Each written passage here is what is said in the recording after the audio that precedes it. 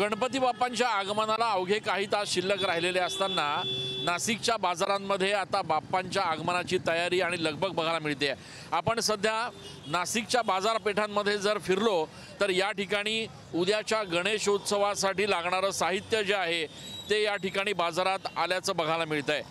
विशेष करून बाप्पांना उद्या घरी आणल्यानंतर बाप्पांची गणेश स्थापना जी आहे ती या ठिकाणी केली जाते।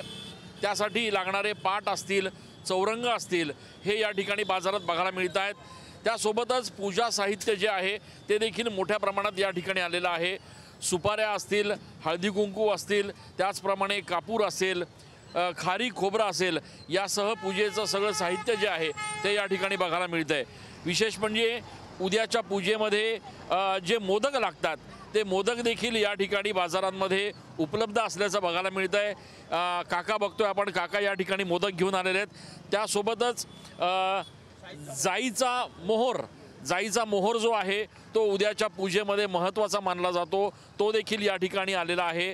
कर्दळीचे हे पानं जे आहेत ते सत्यनारायण पूजा असेल किंवा गणपती स्थापनेच्या दिवशी या ठिकाणी महत्त्वाचे समजले जातात आणि त्यामुळे हे फुलं किंवा ह्या सगळ्या पानांना देखील महत्त्व आहे।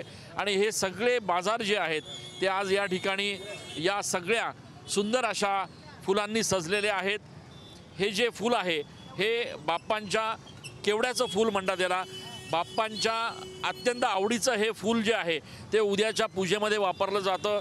त्यासोबतच पत्री जी आहे ही पत्री ही आपण या ठिकाणी बघतो, ही पत्री देखील बाप्पांच्या मूर्तीच्या मागे ठेवली जाते आणि ती देखील पत्री ही या ठिकाणी बाजारामध्ये उपलब्ध असल्याचं बघायला मिळतंय। त्यासोबतच 5 फळं जे आहेत या 5 फळांचा उपयोग हा पूजेसाठी या ठिकाणी केला जातो। हे 5 फळं देखील बाजारांमध्ये उपलब्ध असल्याचं बघायला मिळतंय। अवघ्या काही तासांवर बाप्पांचं आगमन होणार आहे आणि बाप्पांच्या आगमनाची लगबग, त्याची तयारी आणि त्याचा उत्साह जो आहे तो नाशिकच्या बाजारांमध्ये बघायला मिळतोय।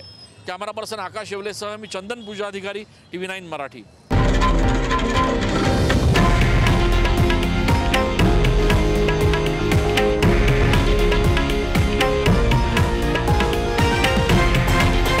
हे आहे देशातील नंबर 1 न्यूज नेटवर्क आणि आपण पाहत आहात TV9 मराठी, एकमेव।